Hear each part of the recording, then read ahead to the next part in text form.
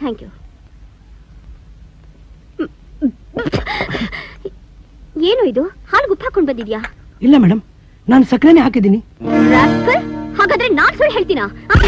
ಇಂದ್ರಾಣಿ, ಏನಮ್ಮ, ಏನಾಯ್ತಮ್ಮ? ನೋಡು ಮಾವ, ಹಾಲು ಉಪ್ಪು ಹಾಕೊಂಡು ಬಂದ್ಬಿಟ್ಟು ಶುಗರ್ ಹಾಕಿದ್ದೀನಿ ಅಂತ ಸುಳ್ಳು ಹೇಳ್ತಿದ್ದಾನೆ.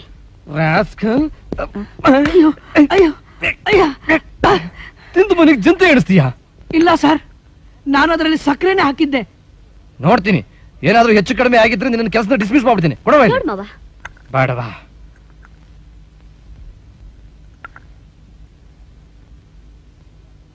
ಯಾಕಮ್ಮ ಇಂದ್ರಾಣಿ, ರಾತ್ರಿ ಏನಾದ್ರೂ ನಿದ್ರೆ ಇಲ್ವಾ ಅಥವಾ ನಾಲ್ಗೆ ಏನಾದ್ರೂ ಕೆಟ್ಟಿದ್ಯಾ?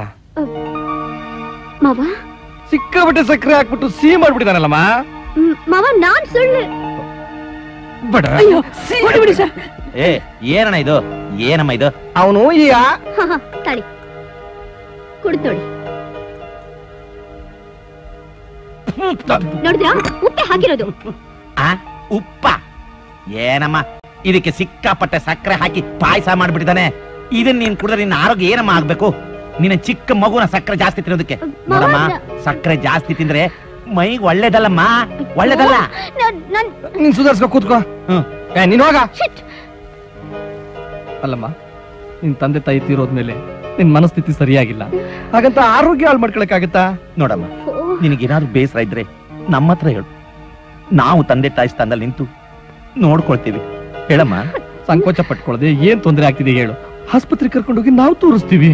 ಈ ರೀತಿ ಬಲವಂತವಾಗಿ ಮನೆಯ ಸೇವಕರ ಸಹಾಯದಿಂದ ಇಂದ್ರಾಣಿಯನ್ನು ಮಾನಸಿಕವಾಗಿ ಹುಚ್ಚಿ ಎಂದು ಪರಿವರ್ತಿಸಲು ಆರಂಭಿಸಿದರು.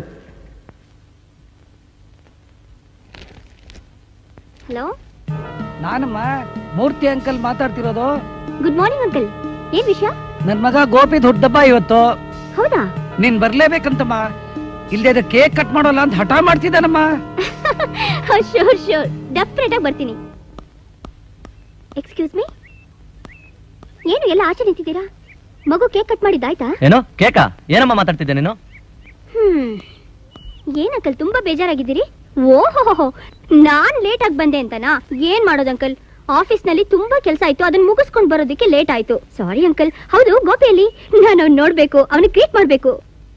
ಏನಮ್ಮ ನೀನ್ ಮಾತಾಡ್ತಾ ಇರೋದು? ಮನೇಲಿ ಮಗು ಹೆಣ ಇಟ್ಕೊಂಡು ನಾವು ಸಂಕಟ ಪಡ್ತಾ ಇದ್ರೆ ನೀನ್ ನಗನಗ್ತಾ ನಮ್ಮನ್ ಗೇಲಿ ಮಾಡ್ತಾ ಇದೀಯಾ? ಹೆಣನಾ? ಅಂಕಲ್, ನೀವ್ ತಾನೇ ಗೋಪಿ ಬರ್ತ್ಡೇ ಅಂತ ನಮ್ಮ ಆಫೀಸಿಗೆ ಫೋನ್ ಮಾಡಿದ್ದು? ಯಾರಮ್ಮ? ನಾನೇನ್ ಫೋನ್ ಮಾಡಕ್ ನನಗೇನ್ ತಲೆ ಕೆಟ್ಟಿದ್ದೀನಮ್ಮ? ಮೂರ್ತಿಯವರೇ, ದಯವಿಟ್ಟು ನಮ್ಮನ್ನು ಕ್ಷಮಿಸ್ಬಿಡಿ. ಅವಳಿಗೆ ಅನ್ನೋ ಹಾಗಿಲ್ಲ, ಬಿಡೋ ಹಾಗೂ ಇಲ್ಲ. ಇತ್ತೀಚೆಗೆ ನಮ್ಮ ಇಂದ್ರಾಣಿ ಎಲ್ಲಿ ಹೋದ್ರಲ್ಲಿ ಹುಚ್ಚುಚ್ಚಾಗಾಡ್ತಿದ್ದಾಳೆ. ಅಂದ್ರೆ ಅವಳು ಹುಚ್ಚಿಡ್ದಿದ್ಯಾ? ಮಗನು ಕಿತ್ಕೊಂಡ್ಬಿಟ್ನಲ್ಲಪ್ಪ, ನಾನೇನು ಪಾಪ ಮಾಡಿದ್ದೆ? ನಾನೇನು ಮಾಡಿದ್ದೆ? ಹುಚ್ಚಿಡಿ ಅಂತ ಕಣ್ರಿ. ಇದು ಹುಚ್ಚಲ್ದ ಇನ್ನೇನು? ಪಾಪ ಅವ್ರ ಮಗನ್ ಕಳ್ಕೊಂಡು ಗೋಳಾಡ್ತಿದ್ರೆ ಇವಳ ದಿನ ಬುಡ್ಡಬ್ಬ ಅಂತ ಕೇಳ್ತಾರೆ.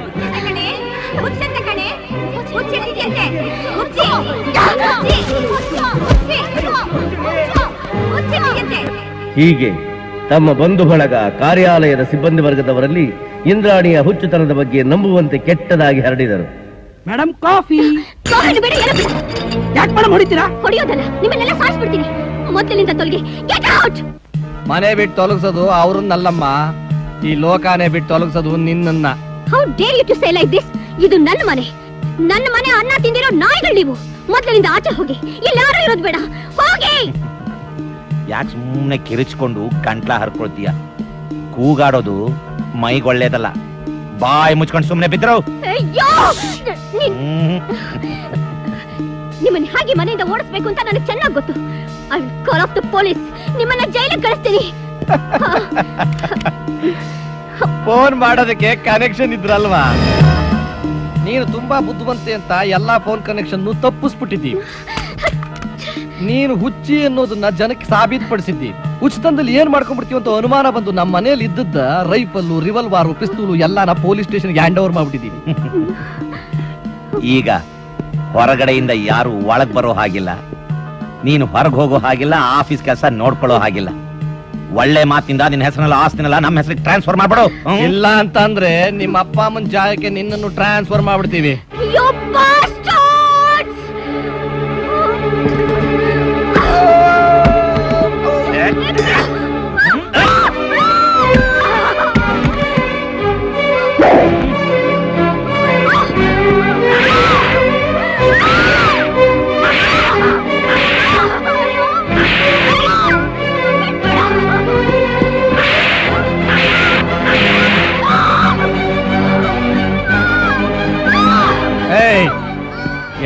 ಯಾವ್ದೋ ನಿನ್ ಕೈ ನೋಯಿಸ್ಕೋತೀಯ?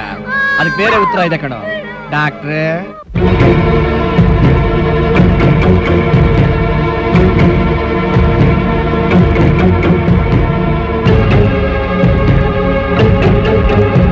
ಕೊನೆಗೆ ದುಷ್ಟ ವೈದ್ಯರ ಸಹಾಯದಿಂದ ಮತ್ತು ಬರುವಂತಹ ಮಿಶ್ರಣ ಚಿಕಿತ್ಸೆ ನೀಡಿ ಮನೆಯಲ್ಲಿಯೇ ಸರಳುಗಳಿಂದ ಬಂಧಿಸಿದರು. ಡಾಕ್ಟ್ರೇ, ಈ ತರ ಆದಾಗೆಲ್ಲ ಇಂಜೆಕ್ಷನ್ ಕೊಡ್ತಾ ಇದ್ರೆ ತೆಪ್ಪಗೆ ಬಿದ್ಕೋತಾಳೆ. ಥ್ಯಾಂಕ್ ಯು ಡಾಕ್ಟ್ರೇ. ಅಣ್ಣ, ಲಾಯರ್ ಬರ್ತಾ ಇದ್ದಾರೆ. ನಮಸ್ಕಾರ. ನಮಸ್ಕಾರ. ನಮಸ್ಕಾರ ಲಾಯರ್ ಸಾಹೇಬ್ರೆ. ಇಂದ್ರಾಣಿ ಹುಚ್ಚಿಯಾದ ಕಾರಣ ಅವಳ ಆಸ್ತಿಯ ಅಧಿಕಾರವನ್ನೆಲ್ಲ ತಮಗೆ ವಹಿಸಿಕೊಡಬೇಕೆಂದು ಅವಳ ಮೊಸಳೆಯ ಕಣ್ಣೀರು ಹಾಕಿದಾಗ, ಸಾರಿ ಸರ್, ಆಕೆಗೆ ಆಸ್ತಿ ಬರೋಲ್ಲ, ಇನ್ನು ನಿಮ್ಮ ಹೆಸರಿಗೆ ಯಾಕೆ ಸರ್ ಟ್ರಾನ್ಸ್ಫರ್ ಮಾಡೋದು? ಅವರ ತಂದೆಯವರು ಬರೆದಿರೋ ವಿಲ್ ಪ್ರಕಾರ ಇಂದ್ರಾಣಿ ಮದುವೆ ಆದ್ರೆ ಮಾತ್ರ ಆಸ್ತಿ ಬರುತ್ತೆ, ಇಲ್ಲ ಅಂದ್ರೆ ಸಾಯಿ ಅನಾಥ ಆಶ್ರಮಕ್ಕೆ ಸೇರ್ಬಿಡುತ್ತೆ.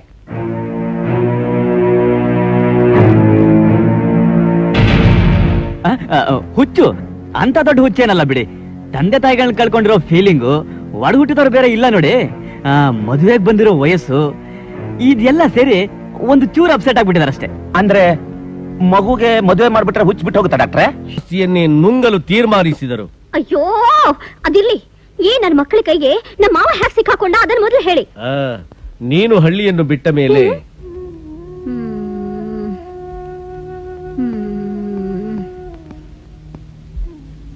Doctor, I am sorry mister Krishna, ನಿಮ್ ತಾಯಿಯದಲ್ಲಿರೋ 2 ವಾಲ್ವ್ಸು ತುಂಬಾ ವೀಕ್ ಆಗಿವೆ.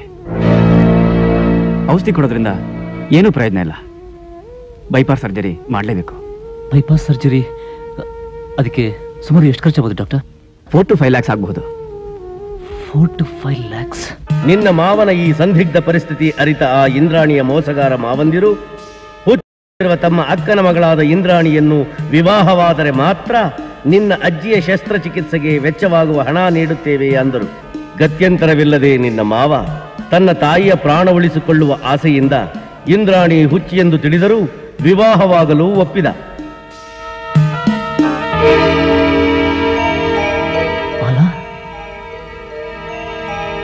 ಊರು ಬಿಟ್ಟು ಬಂದ ಈ ಮನೆಗೆ ಬರೋದಕ್ಕಾಗ್ಲಿ, ಈ ಪರಿಸ್ಥಿತಿಲಿ ಇರೋದಕ್ಕಾಗ್ಲಿ ಏನೋ ಬಲವಾದ ಕಾರಣ ಇರಬೇಕು. ನೋಡಿದ್ರೆ ಒಳ್ಳೆಯವ್ರ ತರ ಕಾಣಿಸ್ತಾರೆ. ನಾನಿವ್ರನ್ನ ಮದ್ವೆ ಆದ್ರೆ ನನಗೆ ಆಶ್ರಯ ಸಿಕ್ಕಾಗುತ್ತೆ. ಇವರ ಸಹಾಯದಿಂದ ಮಾವಂದ್ರಿಗೆ ಸರಿಯಾಗಿ ಬುದ್ಧಿ ಕಲಿಸಬಹುದು. ಮದ್ವೆ ಆಗೋದೇ ಒಳ್ಳೇದು. ಈ ರೀತಿ ಅವರಿಬ್ಬರಿಗೂ ವಿವಾಹವನ್ನು ಮಾಡಿ ಮಧುಚಂದ್ರಕ್ಕೆ ಕಳುಹಿಸಲು ಏರ್ಪಾಟು ಮಾಡಿದ್ದಾರೆ. ನೋಡಪ್ಪ, ನಮಗೆ ನಮ್ಮ ಇಂದ್ರಾಣಿ ಆರೋಗ್ಯ ಎಷ್ಟು ಮುಖ್ಯನೋ ನಿಮ್ಮ ತಾಯಿಯವರ ಆರೋಗ್ಯನೂ ಅಷ್ಟೇ ಮುಖ್ಯ.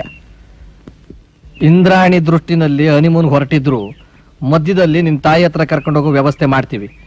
ಅವಳಿಗೆ ನಾಟಿ ಔಷಧಿ ಕೊಡಿಸ್ಕೊಂಡು ಬರ್ತೀವಿ.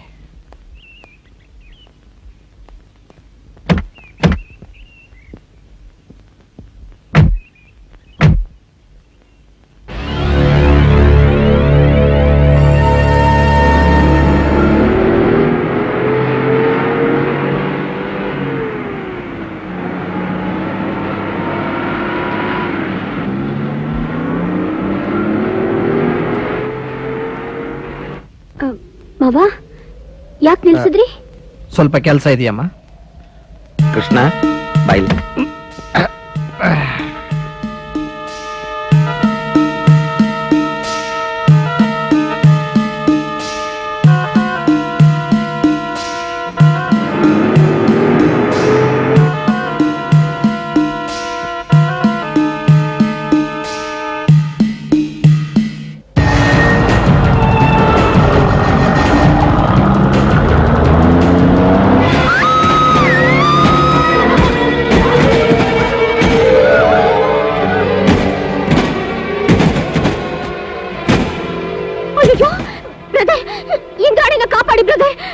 ಸಿಸ್ಟರ್, ಆಕೆಯನ್ನು ಕಾಪಾಡಿದರೆ ನಮಗೆ ವಿಮುಕ್ತಿ ಎಂತು. ಅವರು ಆಕೆಯನ್ನು ಸಾಯಿಸಲೇಬೇಕು. ಆಕೆಯ ದೇಹದಲ್ಲಿ ನೀನು ಹೋಗಿ ಸೇರಿಕೊಳ್ಳಲೇಬೇಕು. ಇದು ಬ್ರಹ್ಮಲಿಖಿತ. ಚಿಂತಿಸಿ ಫಲವಿಲ್ಲ. ತ್ವರೆ ಮಾಡು, ತ್ವರೆ ಮಾಡು.